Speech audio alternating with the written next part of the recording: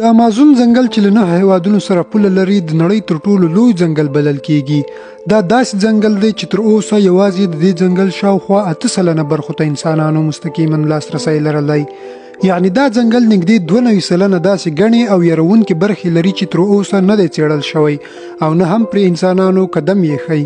ځکه امازون په خپل پراخوالي کې داسې خطرناک حیوانات او حشرات لري چیرته چې د انسانانو ورتګ له بیلابیلو خطرونو سره مخ کوي. د دې ځنګل بشپړ پراخوالی 6.7 میلیونه کیلومتره مربع کیږي. په داسې حال کې چې زموږ د هیواد افغانستان ټول پراخوالی 652,000 کیلومتره مربع کیږي. په دې معنی چې په امازون ځنګل کې د افغانستان یا پاکستان په څیر 10 هیوادونه په بشپړ ډول ځایږي. همدا لامل دی چې له دې ځنګل څخه موږ تاسې د نړۍ 60% کره اکسیجن ترلاسه کوو. ځکه دا ځنګل په 390 بلیونو ونو پوښل شوی چې د ونو دا تعداد له 14,000 مختلفو نوعو څخه رامنځته شوی. د امازون ځنګل چې باراني ځنګل یا راین فورست هم ورته ویل کیږي چې په اوسط ډول په کال کې 220 باراني ورځې لري. د یوې څېړنې له مخې د دې ځنګل د ونو ګڼوالي او لوړوالي له امله د باران څاڅکي تر نږدې 10 دقیقو پورې د ځمکې تل ته نه رسیږي. سربیره په دې دا ځنګل د 6400 کیلومتره اوږدوالي سره د نړۍ دوهم تر ټولو لوی سیند هم لري چې د امازون ریور په نوم یادیږي. په دې ځنګل کې شاوخوا 8000 انسانانو خپل ژوند د مختلفو عواملو له امله له لاسه ورکړی. په هر حال ځو اصلي کیسې ته. په 12 کال د جولای په لومړۍ نیټه د سویلي افریقا یو پلټونکی دیوی فلاسس چې د امازون ځنګل ته د تګ پلان درلود چې د پلان مطابق دا سفر د امازون له سیند څخه پیلېده بیا د برازیل په اټلانټیک سمندري سواحلو کې پای ته رسېده. خو د دا سفر د پلان له مخې ټول د امازون په سیند کې د کښتۍ پر مټ وو. په داسې حال کې چې دیوی تر دې د مخه د نړۍ مختلفو هیوادونو مختلفو ځایونو ته په یو عادي سایکل د یو سیلاني په توګه سفرونه کړي وو. خو د دې سفر چې اوږدوالی تر 6430 کیلومتره رسېده یعنی د واټن له پیل څخه تر پایه د رسېدو تر 5 میاشتو پورې وخت نیو. همداراز دیوی په دې سفر کې بې له کوم ملاتړه یوازې روان وو. خو د امازون ځنګل او سیند څومره خطرناک دی په دې ښه پوهېده. له همدې امله مخکې له دې چې دی خپل سفر پیل کړي د هغو زهرجنو مارانو او حیواناتو څخه د ځان ساتلو لپاره پوره چمتووالی نیولی وو. بالاخره د 2012 کال د جولای په لومړۍ نیټه سفر ته ملا وتړله چې هره ورځ به له 10 څخه تر 12 ساعتونو پورې په خپله وړه کښتۍ کې مزل کوو. همدارنګه د شپې به یا په کښتۍ کې ویده کېده یا به یې په ځنګله کې خیمه جوړه کړه او هلته به یې خوب کوو. په همدې توګه پر دیوی د سفر نږدې 2 میاشتې تېرې شوې چې دیوی په ځنګله کې له مختلفو یارونکو حیواناتو سره هم مخ شه. خو د سفر په 55مه ورځ یوه کښتۍ چې 2 تنه پکې ناست وو د ده تر مخ په خورا چټکۍ سره تېرېږي او په ډېره لنډه شیبه کې تر سترګو پناه کېږي.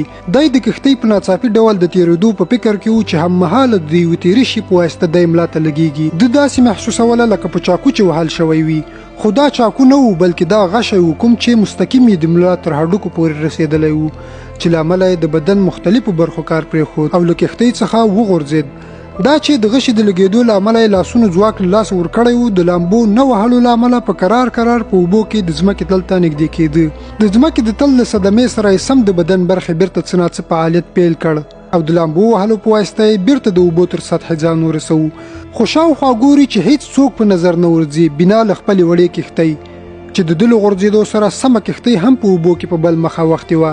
دی په همدې هڅه کې و چې تر خپلې کښتۍ ځان ورسوي خو په عین وخت کې پر ده د غشي یو بل ګزار کېږي چې دا غشی له مخ سره نږدې په اوبو کې تېرېږي. په دې خورا پیچلي حالت کې په ډېر همت سره په داسې حال کې چې زخمي هم و د اوبو تر غاړې ځان ورسوو. خو د رسېدو سره سم د دریم غشي ګزار پرې وشو چې د مخ په چپه خوا ولګېد. له دیوی څخه د زخمونو خورا ډېره وینه وبهوله چې له امله یې دی پر ځمکه وغورځېد. خو هیڅ پوهېده نه چې آخر پر ده د غشو ګزارونه څوک او له کومې خوا کوي. دی په همدې فکرونو کې و چې هممهاله یوه کښتۍ د ده پر خوا په ډېرې چټکۍ سره روانه وه. کښتۍ د اوبو غاړې ته په رسېدو سره سم تر یو تن ښکته کېږي. دا همغه شخص او کښتۍ وه چې دی ورسره شیبه وړاندې مخامخ شوی و. د دې شخص له لیدو سره دیوی په ټول پلان پوهه شه او خپله لویه تېروتنه ورته محسوسه شوه کومه چې ده له خپل سفر څخه مخکې کړې وه. دا چې دیوی له خپل سفر څخه مخکې له خطرناکو ځنګلي حیواناتو څخه د خلاصون لپاره مختلف اسباب له ځان سره کښتۍ کې ځای پر ځای کړي وو. خو دا یې هیر و چې د ځنګلي خطرناکو حیواناتو په پرتله د دې ځنګل اوسېدونکي ځنګلي غله تر ټولو زیات خطرناک او ګواښ پېښونکي دي چې دې خلکو په تېر کې هم ډېر خلک د دوی د اسبابو لپاره وژلي وو. دیوی له دوی څخه د ځان ژغورنې لپاره هیڅ کوم پلان نه لري او دی پر دې هم پوهه شي چې پر ده د غشو ګزارونه هم همدې ځنګلي غلو کول. کوم تن چې له کښتۍ راښکته شه له ده سره نور غله ملګري هم وو او هماغه د غشو ګزارونه کول.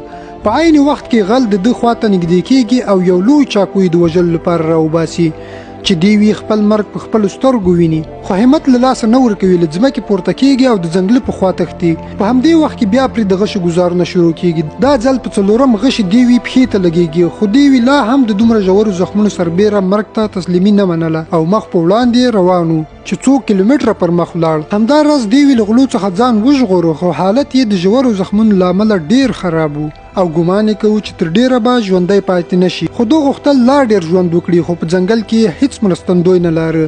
له همدې امله دیوی یو ځل بیا په زخمي او کمزوري حالت کې همت وکړ او پر مخ روان شه. له نیکه مرغه تر 1.5 کیلومتره پلي مزل وروسته په ځنګل کې له یوې ځنګلي قبیلې سره مخ شه.